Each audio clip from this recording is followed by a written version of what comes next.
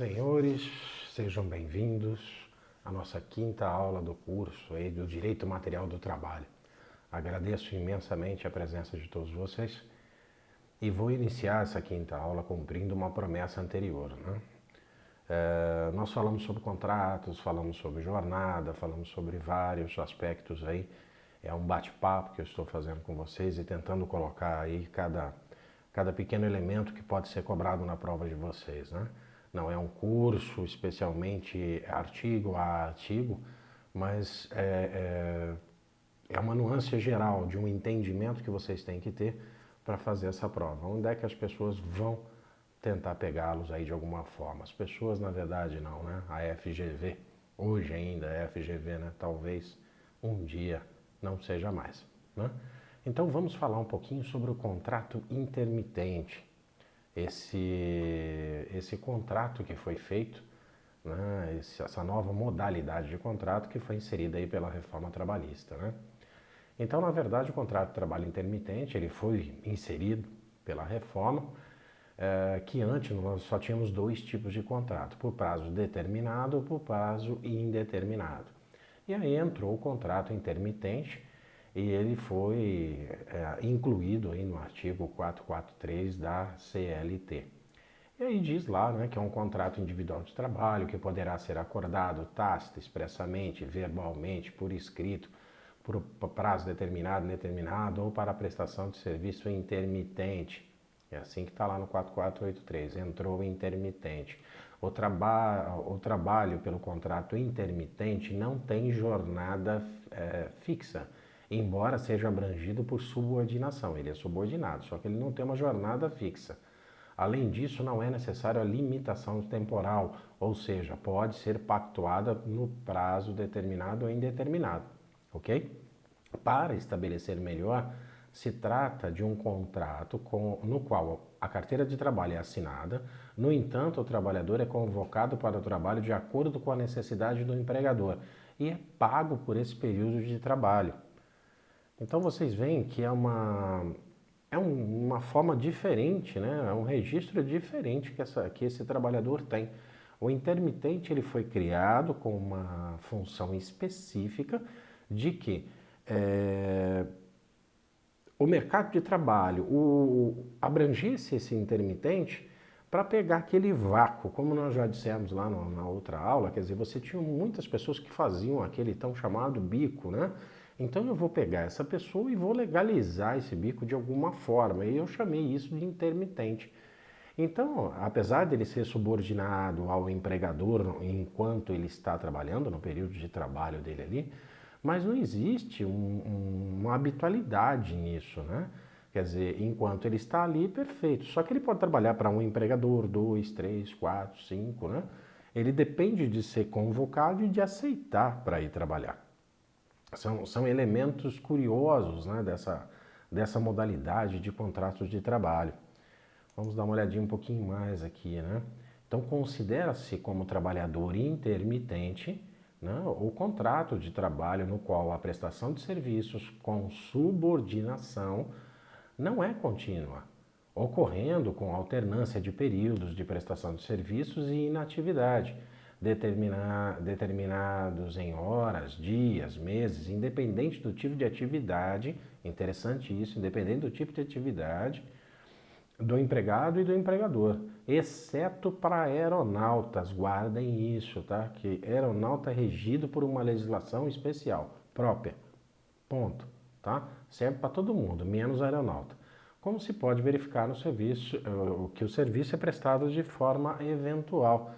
Então, quer dizer, é um eventual diferente, né? É um eventual diferente, porque ele pode estar indo prestar serviços lá quando o patrão dele o chamar por algum motivo, né? Então eu vou até lá, tá, beleza, prestei meu serviço, vou embora, tá? Recebo por isso e vou trabalhar para outra pessoa, sei lá, né? Eu posso ter, sei lá, quantos registros eventuais, quantos forem possíveis dentro da minha condição de conseguir fazer, né? De trabalhar para esse empregador de alguma forma. Então, na verdade, é para você ter mais empregos, né? Que essa pessoa consiga estar trabalhando em vários empregos e ao mesmo tempo ter renda e não estar desempregado, né? Ou ser mais um daqueles invisíveis que nós tínhamos, que nós temos ainda em grande parte no nosso país, né? Exemplo disso foi agora, né? Com esses auxílios emergenciais que aconteceram, quantos invisíveis apareceram? Dentro desses invisíveis, muitos desses eram que faziam bico, né? E ainda fazem. Né? Então você tem lá o sorveteiro, o cara que sei lá, faz a pipoca, e assim vai, né? O cara que faz o churrasquinho de gato lá na esquina, e assim vai indo, né? Aqui na minha região chama churrasquinho de gato, não sei como chama na de vocês, tá? Mas não tem o gato no churrasco, é só um nome que eles dão aqui, não sei o porquê. Mas esse trabalhador intermitente, ele veio para tentar aumentar o número de empregados, né? E um empregado deixar de ser invisível por alguma razão, né? Não só para que ele receba horas realmente trabalhadas, né? Que ele receba aí os seus direitos, como também para que exista uma legalização desse tipo de atividade. Num primeiro momento foi muito questionado isso por todos os empregadores, agora parece que eles estão gostando da ideia. Não me perguntem por quê, né? Cada época e cada situação ela requer algumas soluções e eles estão acreditando que o intermitente neste momento é interessante. Então, quem sou eu para dizer que não, né? Então vamos trabalhar com intermitente e que assim seja, vamos lá, né? Então o intermitente, na verdade, ele necessita de uma convocação, é um outro detalhe desse trabalhador, né? A convocação do trabalhador, já na forma do contrato dele intermitente, né, segue o previsto nos parágrafos 1º e 3º do 452A da CLT, né? Então vamos lá. O empregador vai convocar por qualquer meio de comunicação eficaz, tá? Para a prestação de serviços, informando qual será a jornada com pelo menos 3 dias de antecedência, corridos, tá? Então vamos lá. Eu tenho um trabalhador intermitente que trabalha para minha empresa, perfeito. Eu vou convocá-lo com 3 dias corridos, né, de antecedência do trabalho que eu tenho destinado a ele, ok? Eu tenho que fazer isso por qualquer meio de comunicação possível. Pronto. Fiz por WhatsApp, fiz por telefone, liguei para não sei quem, de alguma forma eu fiz. Melhor sempre, né? Como todo advogado acho que deve falar isso para vocês, melhor sempre que qualquer tipo de comunicação seja feita de uma forma probatória. De que forma é essa forma probatória? Sempre por escrito ou de alguma forma que possa comprovar mais tarde, né? Porque pode ser que esse funcionário diga que vem, não vem, e ele vai estar sujeito a uma multa, que é o que nós vamos conversar daqui a pouquinho, né? Então, que isso esteja por escrito de alguma forma seria ideal, né? Tudo na vida tem que ser comprovado de alguma forma, né? Não existe mágica, eu não posso falar que eu falei, né? Eu estar dizendo que falei, a pessoa também dizendo o mesmo, como é que nós vamos comprovar? Ou ela dizendo o contrário de mim, então é difícil, né? Então essas comprovações precisam, existe a necessidade de que sejam feitas. Então, eu aconselho a fazer dessa forma se for na prática. Mas aqui na lei está dizendo que qualquer meio que você quiser, que você puder informar e pedir para que esse funcionário convocá-lo a trabalhar, você pode usar, tá bom? Já recebida essa convocação, o empregado agora, e não mais o empregador, ele terá um dia útil, não é corrido, um dia útil para responder ao seu chamado, presumindo-se o silêncio a recusa, ok? Então, eu, empregador, chamei lá o meu empregado, né, para que ele venha trabalhar aqui como intermitente para mim, sei lá, hoje é segunda-feira, eu chamei para que ele viesse no sábado, então estou dentro dos 3 dias corridos, mandei um WhatsApp para ele por escrito, por exemplo, né, e o convoquei para vir trabalhar no sábado. Perfeito. esse empregado recebeu a convocação, você viu lá no Zap, ficou azulzinho, né? Ai, que coisa bonita, né? Então, perfeito, ele recebeu. Ele tem um dia útil, por isso que você não vai mandar para ele, por exemplo, no sábado, no domingo, senão dá confusão. Então você vai mandar durante a semana, que fica mais fácil, né? Mas ele tem um dia útil para te responder se ele vai vir ou não. Se dentro de um dia útil ele não te responder, considera-se, a lei considera que ele recusou vir. Ou seja, ele não quer vir trabalhar no sabadão para você. Perfeito? Deu para entender até aí? Então, na prova de vocês pode existir situações assim, como esses exemplos bobos que eu coloquei aqui, mas pode acontecer. A recusa da oferta não descaracterizará a subordinação para fins de contrato de trabalho intermitente, tá, gente? Ele pode recusar quantas vezes ele quiser, às vezes ele está trabalhando para um outro empregador, tá? Então, vai para lá. Por outro lado, se o trabalhador aceitar a oferta correspondente a essa convocação que foi feita e depois não puder ir, não puder cumprir, e injustificadamente ele terá que pagar, e isso foi injustificado, lógico, né? Ele vai ter que pagar uma multa de metade do valor da remuneração pactuada para aquele serviço, conforme o parágrafo 4º. O que acontece aqui, gente? Eu chamei lá meu trabalhador intermitente para vir trabalhar no sábado. Ele confirmou para mim, estou indo, dentro dos prazos que vocês já viram. 3 dias, no meu caso, empregador convocando, um dia útil para que ele responda. Ele respondeu dentro do prazo, então ele vai estar aqui no sábado. Tá, perfeito, vai trabalhar. Ele não veio, sabe? E não justificou também porque não veio. Então, o que acontece? Vamos descontar dele 50% do valor que ele teria direito. Supondo que eu pegue uma pessoa lá que não pode ser menor que o mínimo salário dele, né? Mas que eu pegue lá o valor da hora dele, mais os encargos que eu tenho que pagar para o intermitente, que nós vamos chegar daqui a pouquinho a falar sobre, eu pego esse valor e quanto que seria? Sei lá, eu teria que pagar para ele no sábado, sei lá, R$60, R$80 para ele trabalhar para mim no sábado? Tá, desses R$80, R$40 ele vai ter que me indenizar, porque ele não apareceu aqui. Então, apesar de não existir subordinação, de não existir nada, tem que existir responsabilidade. Aliás, das duas partes, tá? Tanto do empregador quanto do empregado. Então, o empregador chamou, venha trabalhar no sábado, o funcionário não apareceu, ele paga 50% de multa.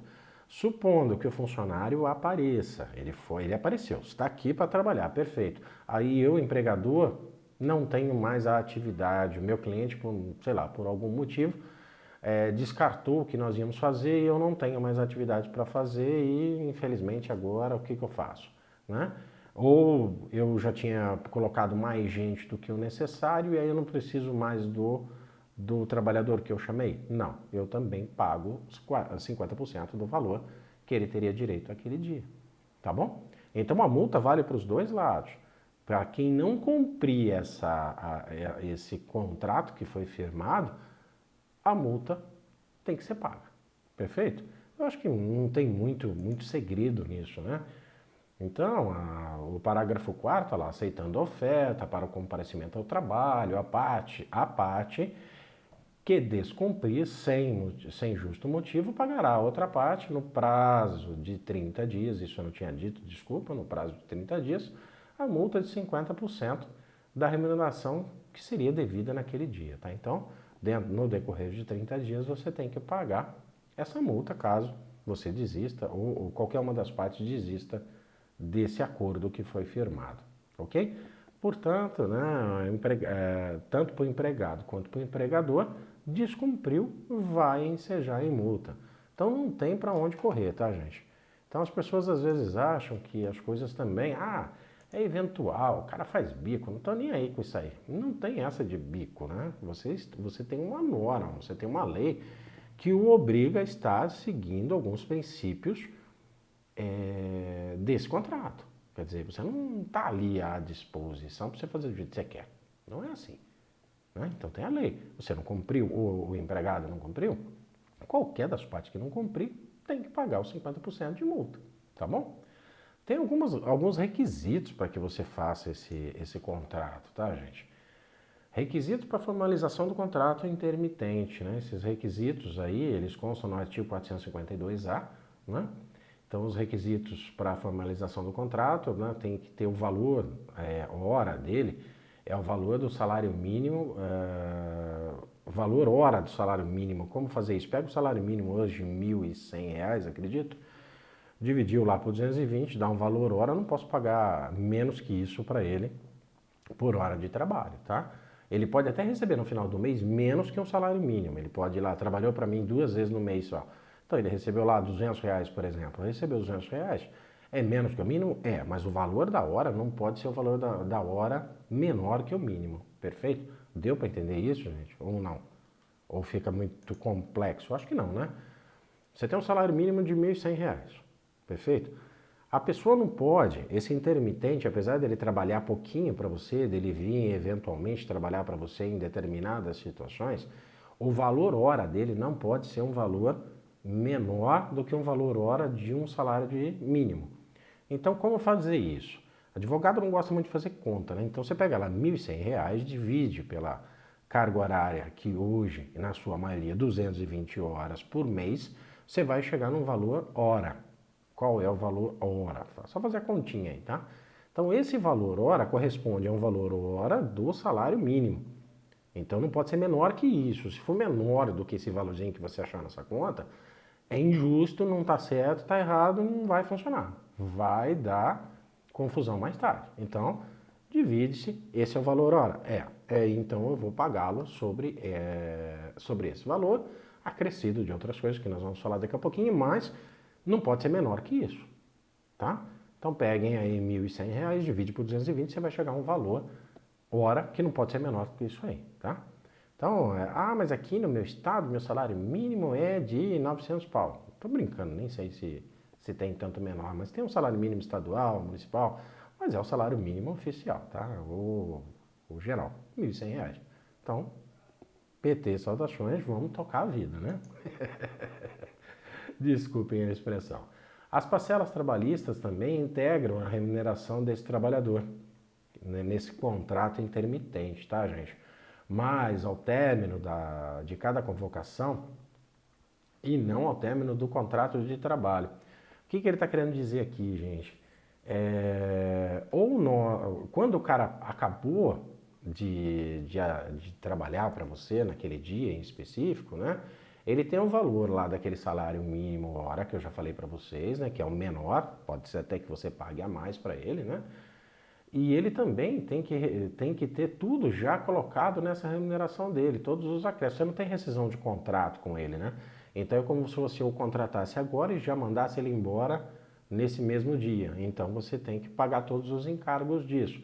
Então você tem lá a remuneração dele, você tem a férias proporcionais e mais um texto referente a um dia trabalhado, 2 dias, sei lá quantos dias ele trabalhou para você, 10º salário também proporcional, repouso, o que é o DSR, né, repouso semanal remunerado, e qualquer adicional legal que exista. Então tem direitos trabalhistas constantes na CLT que são estendidos aos trabalhadores que realizam seu trabalho por meio de contrato intermitente, sendo exigido ainda que o recibo de pagamento com a discriminação dos valores pagos para essas parcelas. Então você pagou o funcionário intermitente, deixando claro que todas essas coisas têm que ser pagas para ele de uma vez, porque ele não vai ter uma rescisão lá na frente. Ele trabalha para você quando ele quer e quando é possível, e você o chama quando quer e quando precisa. Então ele vem, aí ele vai embora, quanto que eu vou ter que pagar para ele? 200? Isso, eu já faço lá a proporcionalidade disso de férias, de 13º, tudo bonitinho, né? E já pago o cara e já mando ele embora. Então, na próxima vez que ele vier, ele vem novamente. Mas aquele período que ele veio, trabalhou para mim, já está quite, já está pago. Eu não tenho que ficar pagando uma rescisão a hora que ele vier, né? Ou a hora que eu não quero mais, vou rescindir seu contrato. Não tem rescisão. A rescisão é quase que imediata. Ele fez o trabalho, você já o paga com todos os acréscimos que ele tem direito e já vai para casa. Tá bom? Então é um negócio que não tem muito segredo, né? É por isso que eu falo para vocês, às vezes eu não sei se é vantagem ou intermitente. Na minha visão, né? Não sei se é muita vantagem, mas como eu disse para vocês, está na moda agora, todo mundo com intermitente, né? Talvez seja vantajoso de alguma forma, eu não sei. Talvez pela necessidade que nós estamos vivendo ultimamente, talvez pela situação do país, que o país vive agora, né? Essa situação de insanidade, talvez seja vantagem, né? Eu particularmente eu vi vários empresários, observei vários empresários que estão utilizando do serviço intermitente e acho isso muito legal. Então, né? Mas eu tenho minhas restrições com relação a isso. Acho, na minha visão, não acho isso correto, não acho. Acho legal você pegar aquele cara que faz bico e dar uma legalidade para ele, acho. Mas não sei até que ponto isso não fere a nossa Constituição, né? Tanto é que existe um questionamento disso, correndo já há algum tempo, questionando realmente se isso é constitucional ou não. Tá? Então, eu particularmente acho que existe um certo conflito constitucional aí. Não vamos entrar no mérito, não vai cair na prova de vocês, mas é minha opinião pessoal. Se vocês forem analisar aí a ação de inconstitucionalidade, depois eu vejo até um número, eu passo para vocês. Mas eu acredito que ela esteja correta. Por quê? Porque você acaba ferindo alguns princípios da Constituição e não podem, né? Não tomem como base o que está acontecendo no mundo hoje, né? Hoje é uma excepcionalidade, mas no normal você não pode estar ferindo a Constituição dia e noite achando que isso é normal, né? Então tem essa ação lá até o dia que sair, e enquanto não sair é isso que está valendo, a lei está aí e vamos embora, entendeu? Então tem muito que ficar discutindo sobre, né? Então, o cara saiu, tá, vamos ter que pagá-lo de alguma forma? Vamos. E vamos ter que pagar todos os direitos dele. Os direitos dele são exatamente esses aí, tá? Não tem muito para onde correr, não. Então, vai lá, você vai recolher lá a devida contribuição na Previdência, né? Depositar o fundo de garantia. Olha que coisa de maluco. Quantas férias, parágrafo 9 estabelece, né, que a cada 12 meses, outros requisitos, aí negócio de férias, né, o mesmo padrão, outros requisitos para formalização do contrato também são previstos no artigo 2º dessa portaria 384 de 2018, né? Identificação e assinatura, domicílio ou sede das partes, ou seja, você está montando um contratinho para esse cara.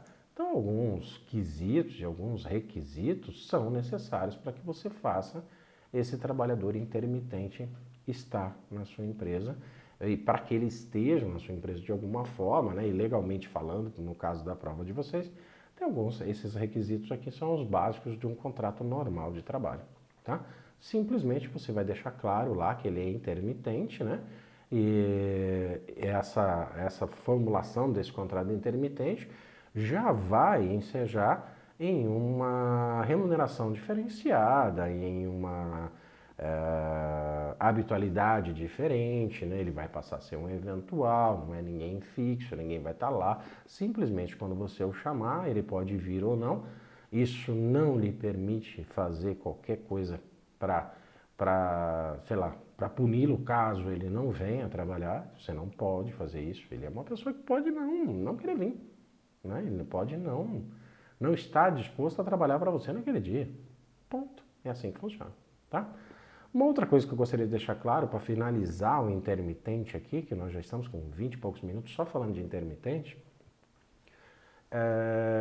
é que as convenções e acordos coletivos, principalmente acordo coletivo, ele pode eliminar esse trabalho intermitente na sua categoria, por exemplo. Lembra que nós falamos lá no começo que os acordos estavam acima da lei, de alguma forma, né? Após a reforma trabalhista, os acordos têm uma força enorme, mesmo que perca direitos dos trabalhadores. Falamos sobre isso nas aulas anteriores. Então, se houver o acordo, por exemplo, dá lá na sua prova, não, olha, tem um trabalho intermitente mantido pela lei que veio ser colocado pela reforma trabalhista, e a reforma trabalhista diz que tem que ser assim, você tem que pagar assado, mas o acordo coletivo da categoria diz que não. O que é que vale? Vale o acordo. O acordo está acima da lei. Foi acordado entre a categoria que aquilo lá não serve para a categoria, então não serve, tá? Ah, mas isso... Tá, mas tem uma lei, professor. Não, já dissemos. A reforma veio trazer uma força enorme aos acordos.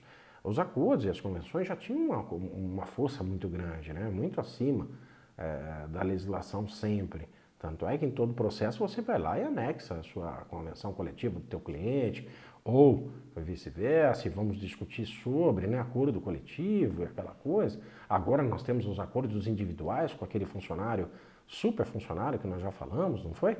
Então, os acordos hoje têm força, então prestem atenção nisso. Se as pessoas colocarem essas situações para vocês na prova, então, que vale? O acordo.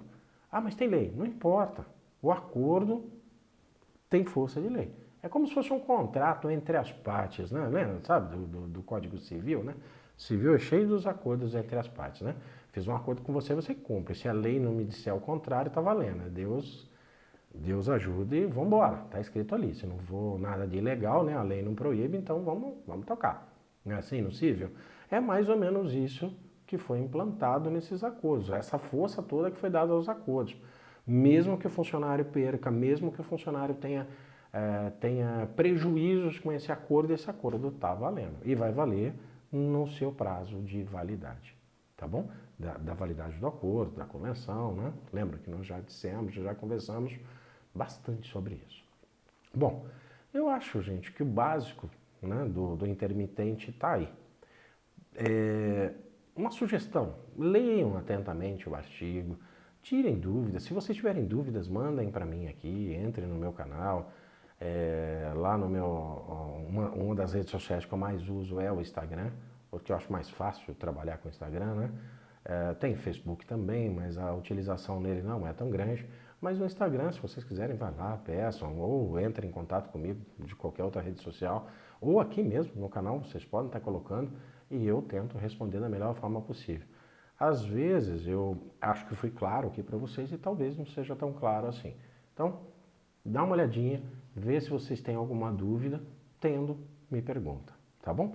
Mas eu acho que o intermitente, que era a dívida que eu fiquei devendo para vocês, porque o restante é muito semelhante, e a todos vocês que já trabalharam, sabe que o que eu falei da jornada, o que eu falei das horas, o que eu falei dos contratos, é uma coisa quase que natural para quase todos nós, né?